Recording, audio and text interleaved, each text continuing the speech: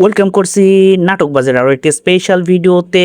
Thumbnail দেখে আপনি বুঝতে পারছেন আজকে আমরা কথা বলবো তানজিন তিশা অভিনীত পুতুলের বিয়ে এই নাটকটির দ্বিতীয় পর্ব আসবে কিনা, আর যদি দ্বিতীয় পর্ব আসে সেটি কবে আসবে সেই বিষয়টি নিয়ে।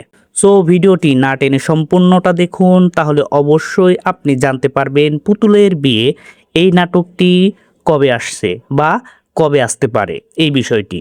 রাফাত মজুমদার রিঙ্কুর পরিচালিত পুতুলের বিয়ে দেখার পর সবচেয়ে বেশি যে বিষয়টি মনে দাগ কেটে যায় তা হলো তানজিন তিশার অসাধারণ অভিনয়। শুরুতে তিশাকে নিয়ে কিছুটা সন্দেহ থাকলেও পুরো গল্প জুড়ে তার ন্যাচারাল এবং কন্ট্রোলড পারফরমেন্স সত্যি ইমপ্রেসিভ। ফাংশনাল সাইকোসিস ডিসঅর্ডারে আক্রান্ত একটি চরিত্রকে তিনি যেভাবে ফুটিয়ে তুলেছেন তা একেবারেই আনবিলিয়েবল।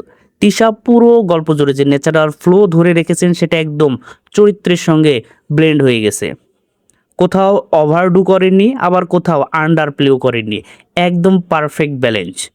ইমোশনাল দৃশ্যগুলোতেও তার এক্সপ্রেশন ও ডেলিভারি ছিল খুবই ইম্প্যাক্টফুল। বলা যায় এটি তার কেরিয়ারের অন্যতম সেরা কাজ। তো যেহেতু এই কাজটি আপনাদের অনেকেরই ভালো লেগেছে, যা আমরা কমেন্ট সেকশনে আপনাদের কমেন্ট পড়ে বুঝতে পারি।